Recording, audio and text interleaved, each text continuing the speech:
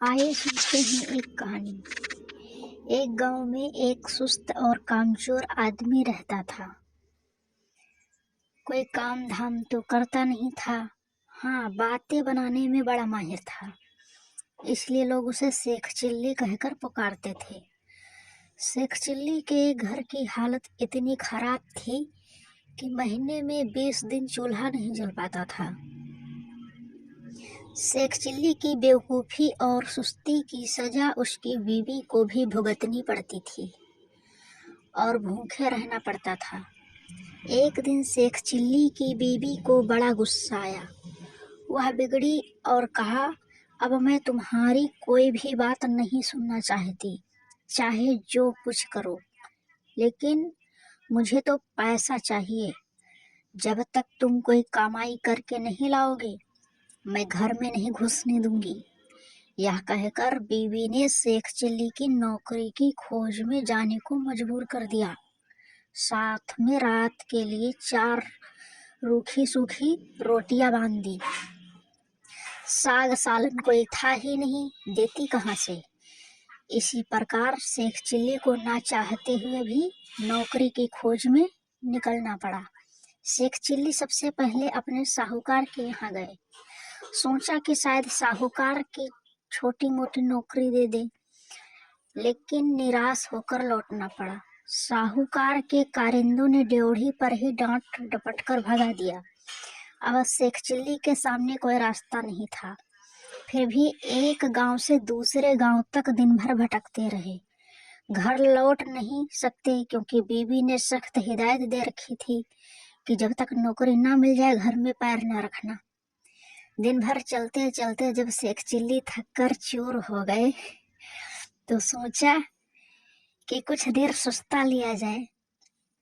भूख भी जोरों की लगी थी, इसलिए खाना खाने की बात भी उनके मन में थी।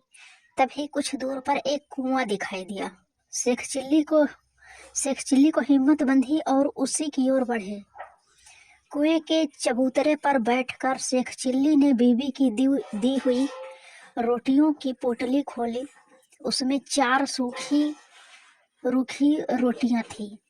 भूख तो इतनी जोर की लगी थी कि उन चारों से भी पूरी तरह ना बुझ पाती, लेकिन समस्या यह भी थी कि अगर चारों रोटियां आज ही खा डाली तो कल परसों या उससे अगले दिन क्या करूंगा, क्योंकि नौकरी खोजे बिना घर घुसना नामुमकिन था। इसी सोच विचार में शेख चिल्ली बार बार रोटियां गिनते और बार बार रख देते। समझ में नहीं आता क्या किया जाए। जब शेख चिल्ली से अपने आप कोई फैसला ना पाया तो कुएं के देव की मदद लेनी चाहिए। वह हाथ जोड़कर खड़े हो गए और बोले, हे बाबा, अब तुम हमें आगे रास्ता दिखाओ। दिन भर कुछ भी नहीं खाया है। भूख तो इतनी लगी है कि चारों को खा जाने का बाद भी शायद भूख ना मिट पाए, लेकिन अगर चारों को खा लेता हूँ तो आगे क्या करूँगा। मुझे अभी कई दिनों यहीं आसपास भटकना है, इसलिए हे कुआं बाबा, अब तुम ही बताओ मैं क्या करूं। 1 खाऊं, 2 खाऊं, 3 खाऊं, 4 को खाऊं। लेकिन कुएं की ओर से कोई जवाब नहीं मिला। वह बोल तो सकता नहीं था, इसलिए कैसा जवाब देता। उस कुएं के अंदर 4 परियां रहती थी। उन्होंने जब शेख चिल्ली की बात सुनी तो सोचा कि कोई दानव आया है जो उन्हीं चारों को खाने की बात सोच रहा है। इसलिए तय किया कि चारों को कुएं से बाहर निकलकर उस दानव की विनती करनी चाहिए ताकि वह उन्हें ना खाए। यह सोचकर चारों परियां कुएं से बाहर निकल आईं। हाथ जोड़कर वे शेख चिल्ली से बोली, हे दानवराज, आप तो बड़े बलशाली हैं। आप व्यर्थ ही हम चारों को खाने की सोच रहे हैं। अगर आप हमें छोड़ दें तो हम कुछ ऐसी चीजें आपको दे सकते हैं जो आपके बड़े काम आएंगी। परियों को देखकर वह उनकी बातें सुनकर शेख चिल्ली हक्के बक्के रह गए। समझ में नहीं आया कि क्या जवाब दें, लेकिन परियों ने इस चुप्पी का यह मतलब निकाला कि उनकी बात मान ली गई। इसलिए उन्होंने एक कठपुतला व एक कटोरा शेख चिल्ली को देते हुए कहा, हे दानवराज, आपने हमारी बात मान ली, इसलिए सब आपका बहुत बहुत उपकार मानती हैं। साथ ही अपनी यादों तुच्छ भेंटें आपको दे रही हैं। यह कठपुतला हर समय आपकी नौकरी बजाएगा, आप जो कुछ कहेंगे करेगा, और यह कटोरा वह हर एक खाने की चीज आपके सामने पेश करेगा जो आपको इससे मांगेंगे। इसके बाद परियां फिर कुएं के अंदर चली गई। इस सब से शेख चिल्ली की खुशी की सीमा ना रही। उसने सोचा कि अब घर लौट चलना चाहिए, क्योंकि बीबी जब इन दोनों चीजों के करतब देखेगी तो फूली ना समाएगी। लेकिन सूरज डूब चुका था और घर रात घिर आई थी, इसलिए शेख चिल्ली पास के एक गांव में चले गए और एक आदमी से रात भर के लिए अपने यहाँ ठहरने को कहा। यह भी वादा किया इसके बदले वह घर के सारे लोगों को अच्छे अच्छे पकवान व मिठाइयाँ खिलाएंगे। वह आदमी तैयार हो गया और शेख चिल्ली को आपकी बैठक में ठहरा लिया। शेख चिल्ली ने भी अपने कटोरे को निकाला और उसने अपने करतब दिखाने को कहा। बात की बात में खाने की अच्छी चीजों के ढेर लग गए।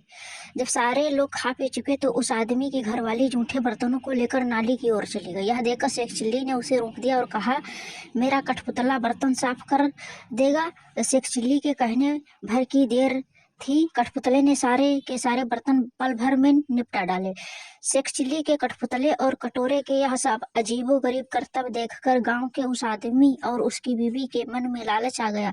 शेख चिल्ली जब सो गए तो वह दोनों चुपके से उठे और शेख चिल्ली के कठपुतले को चुराकर उनकी जगह एक नकली कठपुतला और नकली ही कटोरा रख दिया। शेख चिल्ली को यह बात पता ना चली। सवेरे उठकर उन्होंने हाथ मुंह धोया और दोनों नकली चीजें लेकर घर की ओर चल दिए।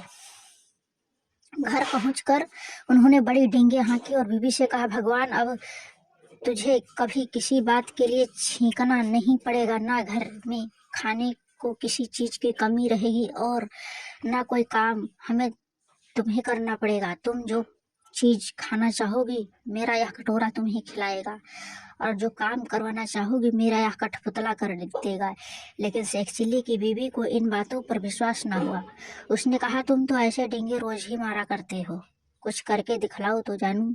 हाँ, क्यों नहीं, शेख चिल्ली ने तपाक से जवाब दिया और कटोरा व कठपुतले में अपने अपने करतब दिखाने को कहा। लेकिन वह दोनों चीजें तो नकली थी, अतः शेख चिल्ली की बात झूठी निकली। नतीजा यह हुआ कि उनकी बीवी पहले से ज्यादा नाराज हो उठी। कहा, तुम मुझे इस तरह धोखा देने की कोशिश करते हो? जब से तुम घर से गए हो घर में चूल्हा नहीं जला है। कहीं जाकर मन लगाकर काम करो तो कुछ तनख्वाह मिले, हम दोनों को 2 जून खाना नसीब हो। इन जादुई चीजों से कुछ नहीं होने वाला। बेबस शेख चिल्ली खिसियाए हुए से फिर चल दिए। वह फिर उसी कुएं के चबूतरे पर जाकर बैठ गया। समझ में न आया तो उनकी आंखें छलछलाई और रोने लगे। यह देखकर कुएं की चारों परियां फिर बाहर आई और शेख चिल्ली से उनके रोने का कारण पूछा। शेख चिल्ली ने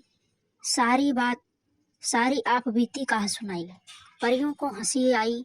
वे बोली, हमने तुमको कोई भयानक दानव समझा था और इसलिए खुश करने के लिए वे चीजें दी थी, लेकिन तुम तो बड़े ही भोले भाले और सीधे आदमी निकले।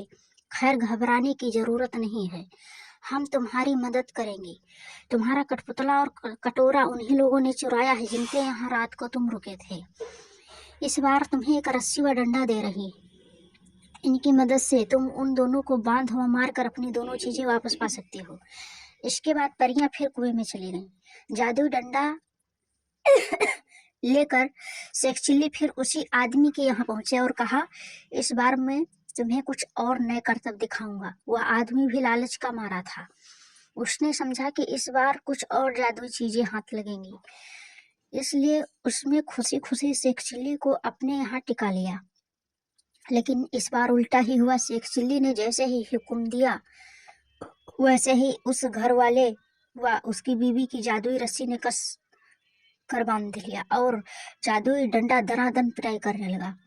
अब तो वे दोनों चीखने चिल्लाने और माफी मांगने लगे। शेख चिल्ली ने कहा, तुम दोनों ने मुझे धोखा दिया है। मैंने तो यह सोचा था कि तुमने मुझे रहने की जगह दी है, इसलिए मैं भी तुम्हारे साथ कोई भलाई कर दूं, लेकिन तुमने मेरे साथ उल्टा बर्ताव किया है। मेरे कठपुतले और कटोरे को ही चुरा लिया। जब वे दोनों चीजें तुम मुझे वापस कर दोगे तब मैं अपने रस्सी व डंडे को रुकने का हुक्म दूंगा। उन दोनों ने झटपट दोनों चुराई हुई चीजें शेख चिल्ली को वापस कर दी। यह देखकर शेख चिल्ली ने भी अपनी रस्सी व डंडा को रोकने का हुक्म दिया।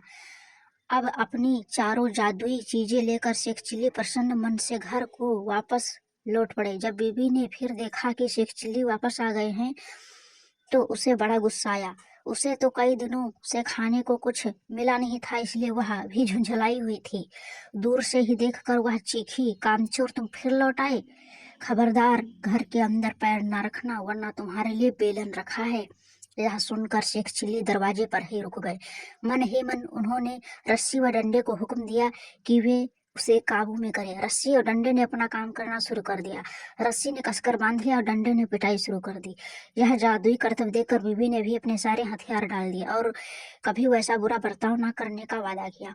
तभी उसे भी रस्सी व डंडे से छुटकारा मिला। अब से शेख चिल्ली ने अपने कठपुतले व कटोरे को हुक्म देना शुरू किया। बस फिर क्या था, कठपुतला बर्तन भाड़े व जिन जिन चीजों की कमी थी झटपट ले आया और कटोरे ने बात की बात में नाना प्रकार के व्यंजन तैयार कर दिए। दोनों सुखी जीवन रहने लगे।